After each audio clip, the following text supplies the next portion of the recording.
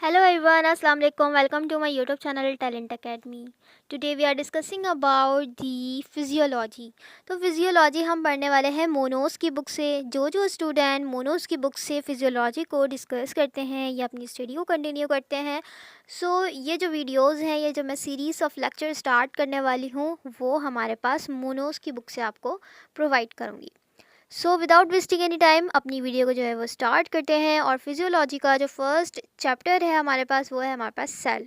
तो स्टार्ट करते हैं जी. तो सबसे पहले हम लोग को ये पता होना चाहिए कि सेल क्या है. तो सेल तो हम ऑलरेडी बहुत बार पढ़ चुके हैं अपनी एफएससी में, मैट्रिक में, 9 में.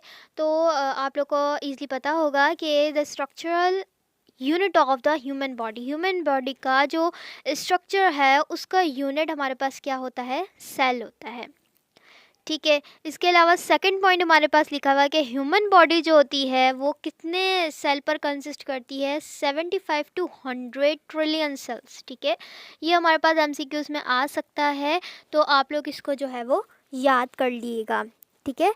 अच्छा, इसके अलावा हमारे पास जो है वो देखने को मिलते हैं कि सेल जो है वो सराउंड किससे किया हुआ होता है. जाहिर सी बात है, हर चीज़ की कोई बाउंड्री होती है, इसी तरह सेल की भी बाउंड्री होती है. तो वो हमारे पास होती है cell membrane and contains the living structure called the cell organelles. ठीक है.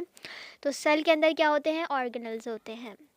Basically there are 2 types of cell. Cell की कितनी टाइप्स होती हैं? सिर्फ 2 होती हैं. एक होता है हमारे पास यूकैरियोटिक सेल्स और एक दूसरा होता है हमारे पास प्रोकैरियोटिक सेल्स.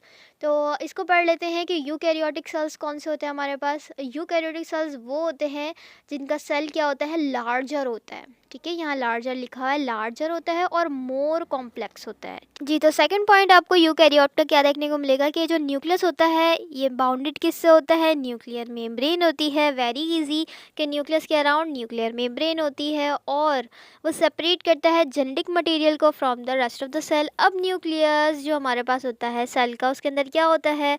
जेनेटिक मटेरियल होता है, यानी कि डीएनए होता है. अब डीएनए को हमने अलग किससे करना है? बाकी के सेल के ऑर्गेनल से. ठीक है ना. तो उसको अलग करने के लिए एक मेम्ब्रेन अराउंड हुई होती है न्यूक्लियस के अराउंड. ठीक है. अब ये जो सेल हैं वो रिप्रोड्यूस करते हैं इन वन सेवरल वेज, जिसके अंदर हमारे पास मियोसिस भी होता है, माइटोसिस भी होता है. वेरी इजी है. जो सेल होते हैं have a lot of specialized organelles. Cell के पास हमारे पास क्या होते हैं? बहुत सारे सेल के ऑर्गेनल्स मौजूद होते हैं. They are present in multi cellular organism. तो यूकैरियोटिक जो सेल्स हैं ये हमारे पास किन सेल्स के अंदर होते हैं? मल्टी सेल्यूलर ऑर्गेनिज्म के अंदर होते हैं. आई होप ये आपको पता होगा कि यूकैरियोट कौन होते हैं. यूकैरियोट्स वो सेल होते हैं जो हमारे पास यू मीन्स होता है ट्रू, कैरियोटिक मतलब होता है न्यूक्लियस, यानी कि ट्रू न्यूक्लियस. और ट्रू न्यूक्लियस जब हमारे पास होता है जिस न्यूक्लियस के अराउंड न्यूक्लियर मेम्ब्रेन प्रेजेंट होती है. ओके. सो आपको यूकैरियोट का कॉन्सेप्ट पता होना चाहिए. इसके बाद हमारे पास है second one is the prokaryote. तो प्रो मीन्स फर्स्ट या फॉल्स और कैरियोटिक मैंने अभी बताया कि न्यूक्लियस को कहते हैं. तो यानी कि ऐसे ऑर्गेनिज्म जिनका जो हमारे पास न्यूक्लियस है वो ट्रू ना हो, फर्स्ट हो, यानी फॉल्स हो. तो ऐसा जो ऑर्गेनिज्म होते हैं वो हमारे पास कौन से कहलाते हैं? प्रोकैरियोटिक ऑर्गेनिज्म कहलाते हैं. तो जाहिर सी बात है इनका जो न्यूक्लियस होगा वो बाउंडेड नहीं होगा न्यूक्लियर मेम्ब्रेन से. ठीक है. सेकंड हमारे पास पॉइंट लिखा है साइटोप्लाज्म के अंदर ही जेनेटिक मटेरियल पड़ा होगा, कोई सेपरेशन नहीं होगी. ठीक है ना. इसके पास कोई ऑर्गेनल्स मौजूद नहीं होंगे सिवाय किसके? राइबोसोम्स के. ठीक है. इनके पास क्या होते हैं? राइबोसोम्स मौजूद होते हैं. ठीक है. राइबोसोम्स का हमारे पास मेन फंक्शन क्या है? प्रोटीन की सिंथेसिस करना. तो चाहे ऑर्गेनिज्म छोटा हो, बड़ा हो, यूकैरियोट हो, प्रोकैरियोट हो, ठीक है, प्रोटीन की ज़रूरत सबको पड़ती है. तो उसके लिए हमारे पास क्या है? राइबोसोम्स प्रोकैरियोट के पास मौजूद होते हैं.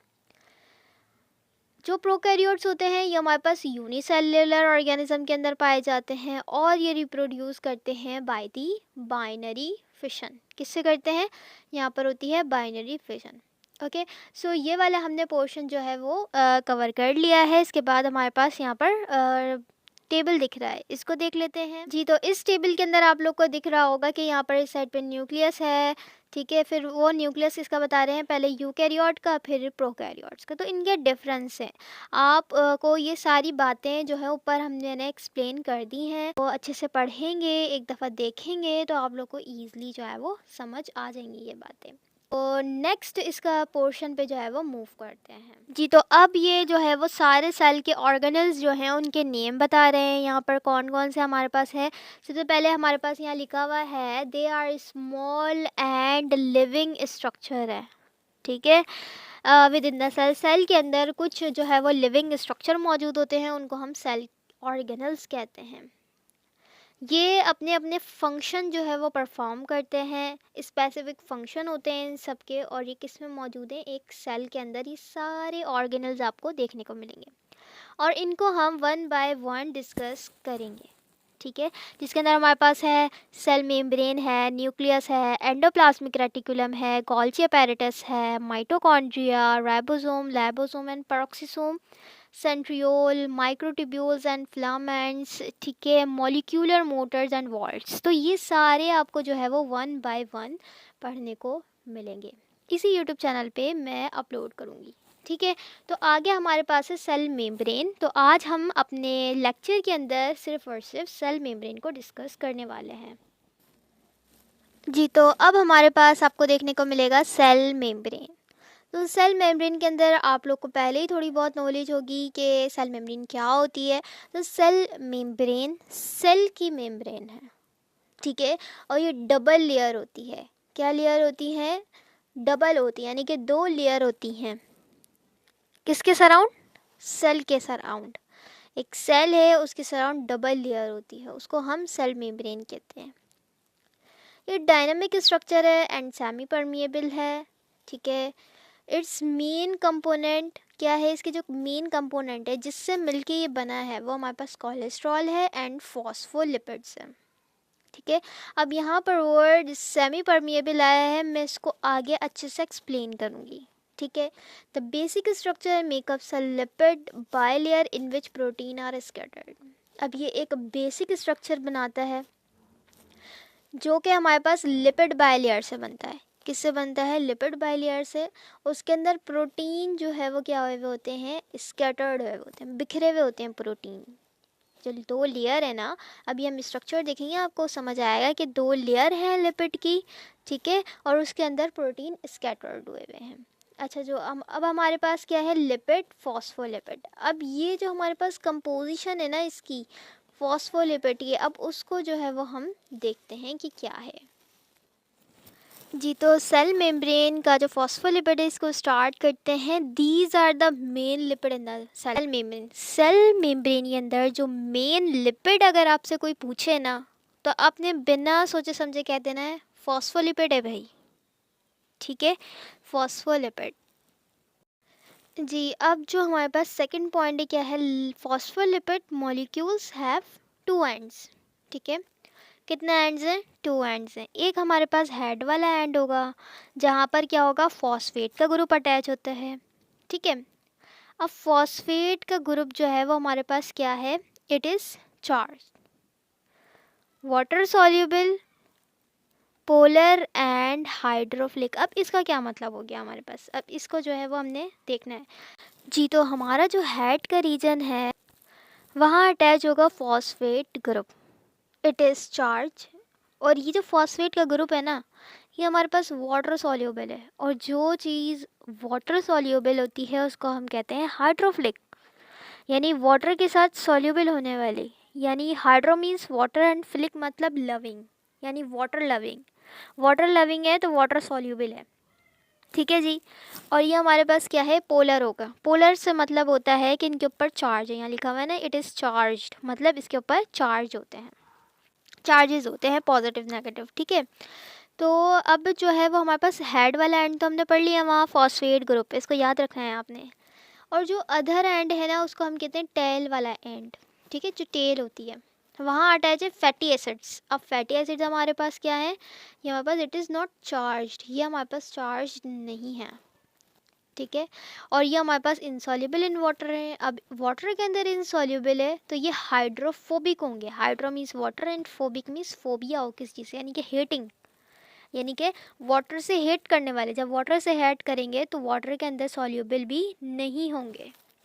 और ये हमारे पास जब इसके पास कह दिया इन्होंने कि इट इज़ नॉट चार्ज, तो इसका मतलब है कि ये हमारे पास क्या है, नॉन पोलर है। ठीक है। आई होप ये आपको दोनों हेड और टेल के एंड्स जो हैं वो अच्छे से क्लियर हो गए होंगे। जी, तो अब हमारे पास जो पॉइंट है, नेक्स्ट पॉइंट, उसमें कह रहे हैं कि जो हाइड्रोफ्लिक एंड है वो हमारे पास इंटीरियर साइड पे भी होगा और एक्सटीरियर साइड पे भी होगा, यानी कि अंदर साइड भी और बाहर के साइड भी।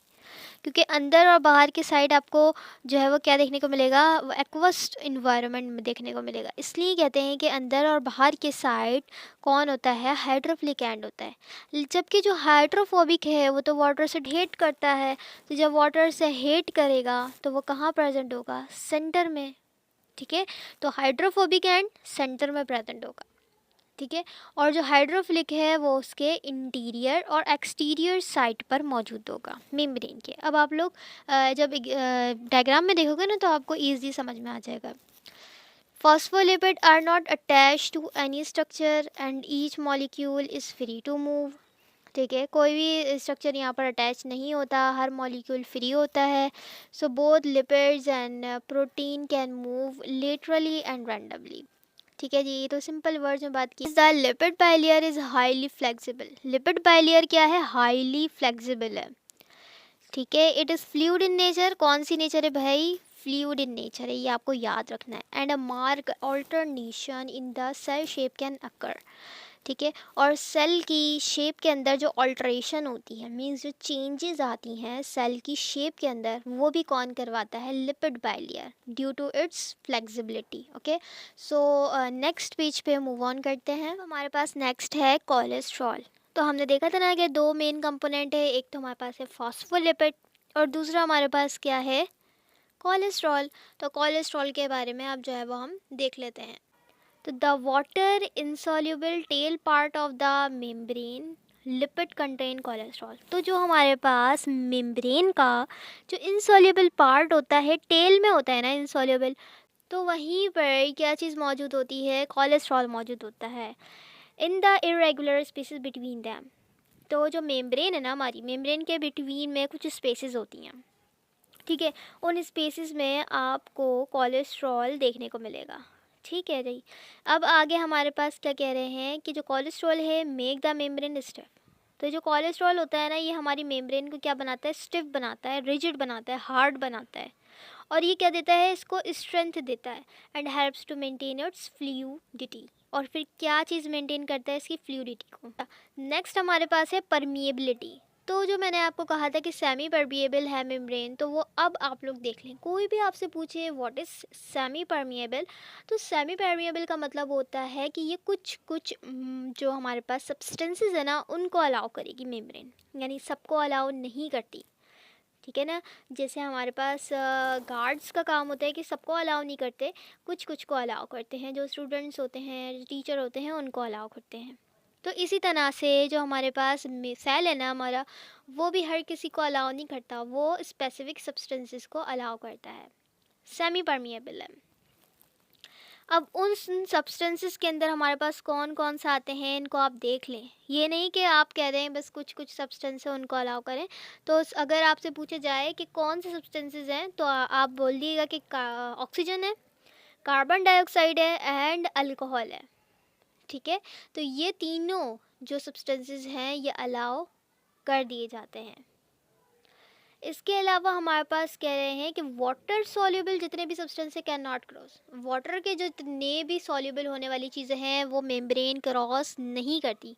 क्यों नहीं करती, क्योंकि मेम्ब्रेन जो होती है ना वो लिपिड इन नेचर है। और लिपिड इन नेचर है तो ये लिपिड वालों को अलाउ करेगी ना, वाटर सॉल्युबल वालों को क्यों अलाउ करेगी। तो इसलिए वाटर सॉल्युबल सब्सटेंस यहाँ से अलाउ नहीं होते, ईज़िली अलाउ नहीं किया जाता। ठीक है।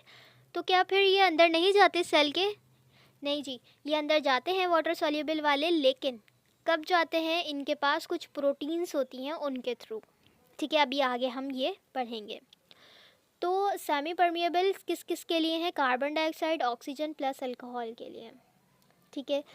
बट कैन पास, अब यहाँ लिखा हुआ है वाटर सॉल्युबल वाले जो सब्सटेंसेस हैं वो पास हो जाते हैं किन के थ्रू, चैनल्स के थ्रू, पम्प्स के थ्रू और with the help of the carrier proteins. तो यहाँ पर कुछ चैनल्स होते हैं, कुछ पम्प्स होते हैं और कैरियर प्रोटीन्स होती हैं, इनके थ्रू ये वाटर सॉल्युबल सब्सटेंसेस यहाँ से पास आउट हो जाते हैं। अब यहाँ पर कुछ आपको प्रोटीन्स देखने को मिलेंगी, उसके अंदर हमारे पास है protein in the cell membrane are classified into 2 types.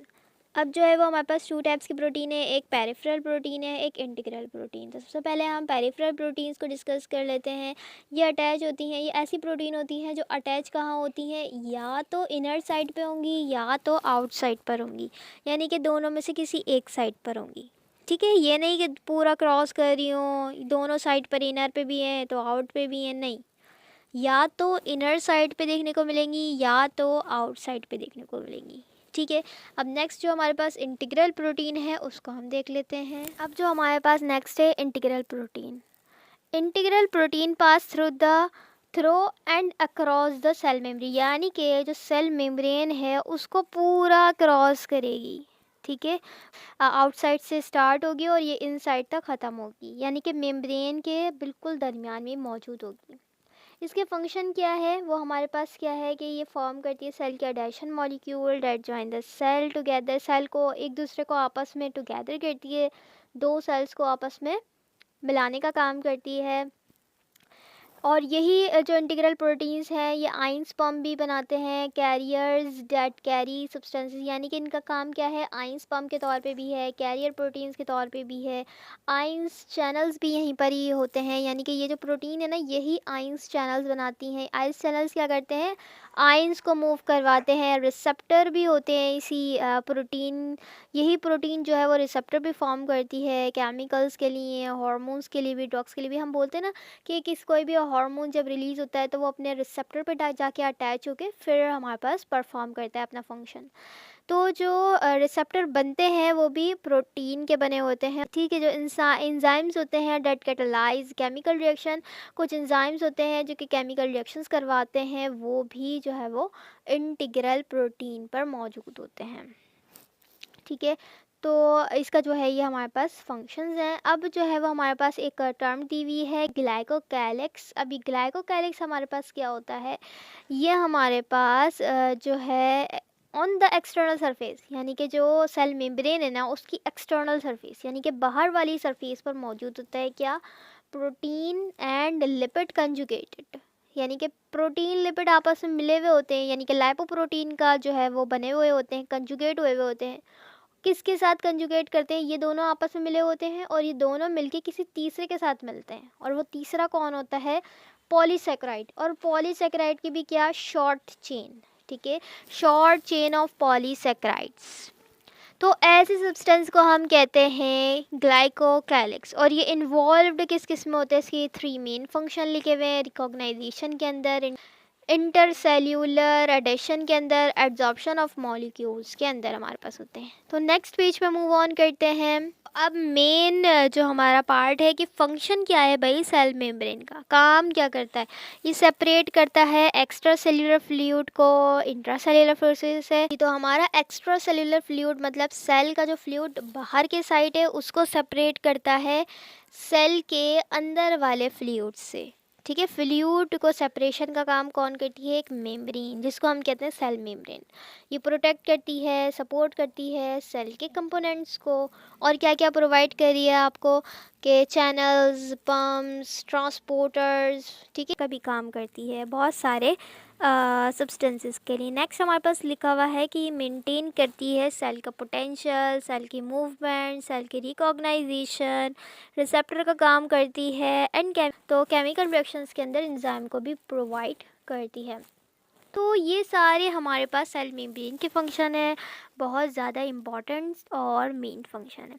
तो अब जो है वो हम इसका स्ट्रक्चर देख लेते हैं जी। तो अब हमारे पास आपको ये जो पिंक में दिख रही है कि ये जो प्रोटीन है ये इंटीग्रल प्रोटीन है जो पूरी मेम्ब्रेन को क्रॉस करते हुए दिख रही है। अच्छा, चीज़ जो आपको बाहर की साइड देखने को मिलती हैं वो हमारे पास क्या है, ये रही, ये जो प्रोटीन है ये हमारे पास क्या है, पेरिफेरल प्रोटीन है जो कि सिर्फ बाहर के साइड है। या तो बाहर की साइड होगी या अंदर की साइड आपको देखने को मिलती है। तो इस डायग्राम के अंदर ये बाहर की साइड है, तो ये पेरिफेरल प्रोटीन है, और ये जो पूरी क्रॉस कर रही है ये हमारे पास इंटीग्रल प्रोटीन है। अच्छा, ये जो कुछ आपको जो है वो सब्सटेंसेस यहाँ पर देखने को मिल रहे हैं टेल वाले साइड पे दिख रहे हैं, ये हेड साइड है, ये जो सर्कल वाला साइड है ये हेड साइड है, और इसके टेल साइड पे कुछ ब्राउन कलर में आपको सब्सटेंसेस देखने को मिल रहे हैं, ये हमारे पास कोलेस्ट्रॉल है, जो कि ये जो स्पेसिस है ना इन स्पेसिस के दरमियान मौजूद है। ठीक है जी, तो ये हमारे पास हो गया है। और आपको ये जो हेड्स हैं, ये सर्किल वाला हेड पोर्शन है जो कि एक्सटीरियर साइड पर है, एक्सटर्नल साइड पर है, और जो इसका जो हाइड्रोफोबिक पार्ट है, ठीक है, वाटर हीटिंग वाला पार्ट है, जो टेल वाला पार्ट है वो सेंटर वाले साइड पे मौजूद है। कौन सी साइड पे? सेंटर पे। तो मैंने इसकी डायग्राम आपको उससे समझाया, सेमी परमिएबल बताया, इसकी फंक्शन, इसकी प्रोटीन और डिटेल जो इस बुक में मौजूद थी वो मैंने आपको अच्छे से समझाई है। आई होप आपको समझ आया होगा। वीडियो पसंद आया तो प्लीज़ लाइक करें, शेयर करें एंड कमेंट करें। Thank you very much. अल्लाह हाफिज़।